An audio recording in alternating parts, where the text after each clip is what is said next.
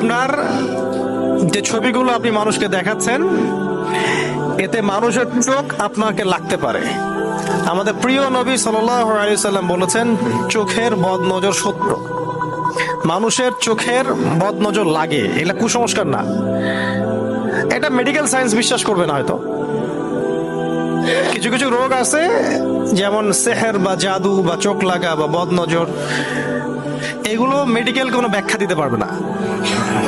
ডক্টরের কাছে গেলে হাইয়েস্ট হলে একটা অ্যান্টি ডিপ্রেশন ট্যাবলেট দিয়ে দিবে, আর ঘুম রিল্যাক্স থাকার জন্য একটা ঘুমের ট্যাবলেট দিবে আর কি। কিন্তু সেহের বা জাদু এটা সত্য। কোরআনে সূরা বাকারার 101 আর 102 নম্বর আয়াত পড়ে দেখবেন। জিন সত্য না মিথ্যা? সূরা জিন নামে একটা সূরা আছে। রাসূলুল্লাহ সাল্লাল্লাহু আলাইহি ওয়াসাল্লামকে জাদু করা হয়নি? সূরা ফালাক নাস কোত্থেকে নাজিল হলো? আমাদের নবীকে পর্যন্ত জাদু করেছিল এক ইহুদি মহিলা। এগুলোর অস্তিত্ব আছে, কিয়ামত পর্যন্ত থাকবে। চোখের বদনজর এরকম সত্য।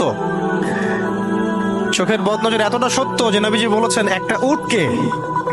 একটা জীবন্ত তরতাজা উটকে এই রান্নার হাড়িতে নিয়ে আসতে পারে। রান্নার হাড়িতে চোখের বদনজর, কথা বুঝতে পারেন নাই?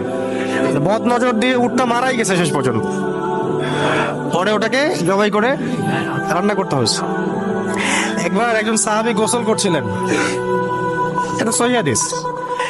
আর একজন সাহাবী যাচ্ছেন, রাস্তায় যেতে যেতে বলছেন যে মাশাআল্লাহ বলেনি, সরি ভুল বললাম, যে তোমার গায়ের রং তো নববধূর চেয়েও বেশি সুন্দর।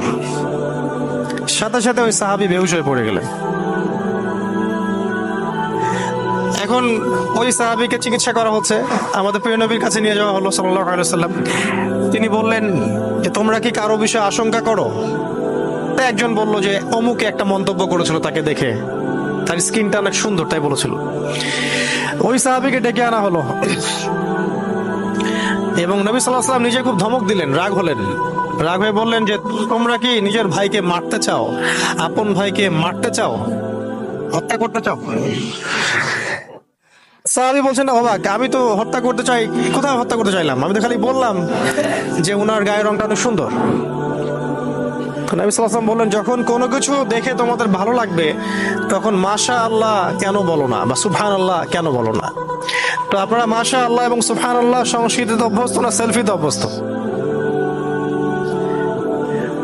চোখ লাগলে কি হয়? আপনার মানসিক অশান্তি হতে পারে, ঘুম হবে না, অস্থির হয়ে থাকবেন, অস্থিরতা রোগে ভুগবেন, উল্টাপাল্টা স্বপ্ন দেখবেন, সারাদিন মাথায় উল্টাপাল্টা চিন্তা, নেগেটিভ সব চিন্তা ঘোরাফেরা করবে। চোখ লাগলে, বদনজর লাগলে, জাদু করলে এরকম হয়। অস্থির, ডাক্তার রোগ ধরতে পারবে না কি হয়েছে, টেস্ট দিবে, 10টা টেস্ট করবেন, কোনো রোগ নাই, কিন্তু রোগ আছে আপনার ভিতরে। শত শত রোগী এগুলো পাওয়া যায়। এগুলো বিশ্বাস করবে না সায়েন্স।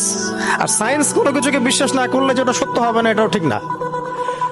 সায়েন্সকে বিশ্বাস করে, জিন আছে বিশ্বাস করে যারা, যে সায়েন্সে, আমি সায়েন্সে পড়েছি, ফিজিক্সে বা কেমিস্ট্রি বা বায়োলজিতে বা মেডিকেল সায়েন্স, কোনো জায়গায় জিন এর অস্তিত্ব বিশ্বাস করে?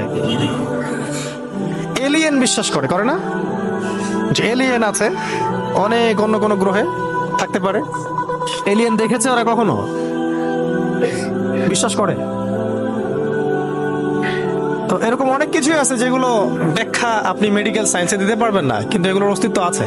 বদনজর, চোখ লাগা, জাদু করা, সেহের, এগুলোর দলিল কোরআন প্রমাণে আছে।